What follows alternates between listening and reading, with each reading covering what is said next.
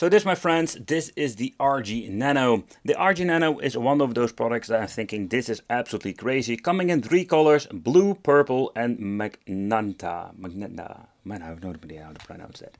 Nevertheless, inside we're going to get ourselves like one of the tiniest devices, or better, the tiniest device Anbernic ever released.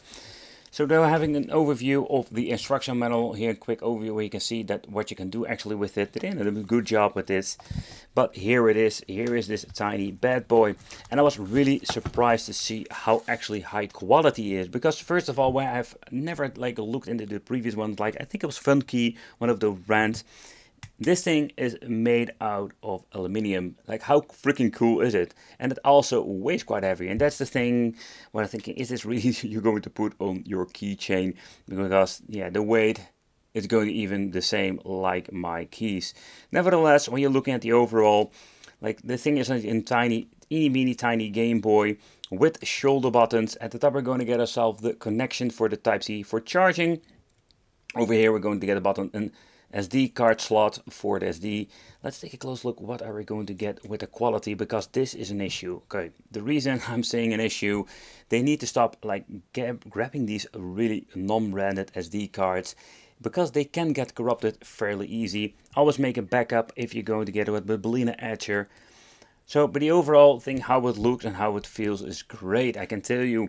Normally I don't like these tiny devices, simply because they're not super comfortable, but I've noticed when actually like playing with this, it's very comfortable. Like the buttons are super tiny, they have this stylish, super NES look to it, but they just feel nice, having a very long but nice travel to it. At the bottom we're going to get the speaker, and that speaker, by the way, is great. Just listen to it.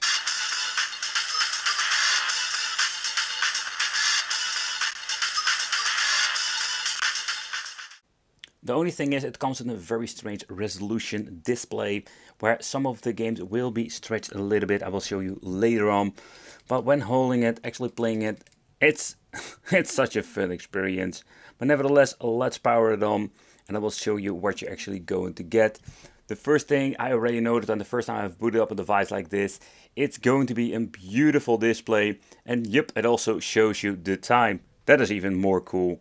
But overall, what you can do is like getting into the menu over here. So it will load up the old school menu, like with the open dingus. So it's not the MELX stuff that we have seen before. And in here, we're going to get different kind of emulators that we can actually play. And what this thing can play is all the way up to freaking PlayStation 1. Yup, it runs PlayStation 1. That is so freaking cool. Another thing I've noticed when actually using this thing, this D-pad is very tiny, but it is still very comfortable, and they completely, absolutely nailed it. So let's start off with just PlayStation, because that is just freaking cool, and let's load up some games. Okay, so next up, let's take a close look at the menu, because when you're booting up the game itself, you're pressing the button over here. You can even make a quick load, quick save, adjust the brightness of the display if you want to. Then we're having volume control. And in here we can just exit through the main menu. It will ask you, like, you make for sure. I think it's very great that it did this. Sometimes you accidentally press it, but if you're going to press it again, it will boot up the game, or better said, like, it resumes the game. Now you can just see that it does struggle slightly here when it comes to overall emulation performance. Also, the aspect ratio is so weird with this. So let's get into the other like mode. So let's put it on cropped. You can even scaled. Okay, so let's continue. Let's see if that's going to be working.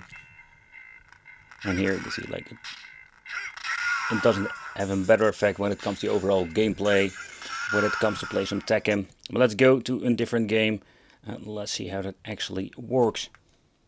So the next test, let's see how it actually runs when it comes to Avenger game. And that's what I was most surprised by with this tiny D-pad. It actually plays so well. You can just play some Crash Bandicoot with this. It's absolutely crazy. The overall performance is always like slightly better when you're looking at Tekken. Let's get into the game.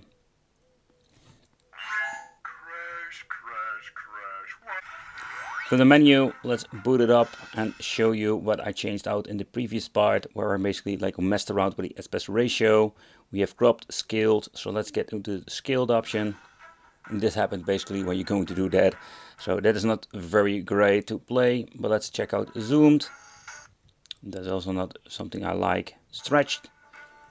And this is the original way we started with aspect ratios. I could tell you it's not like super comfortable, but there we go.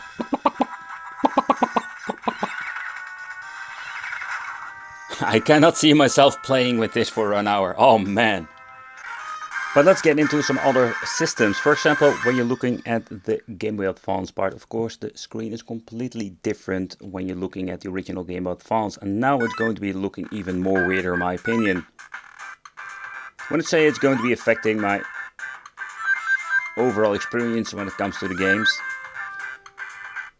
But yeah, it's kind of bummer, to be honest. Let's see if we're going to get skilled. And this is basically the original aspect ratio of the game itself. But then it's the question what kind of way you want to play, because the screen is now becoming even more tinier to play actually. Oh boy, I think stretch is going to be the best way to experience the game.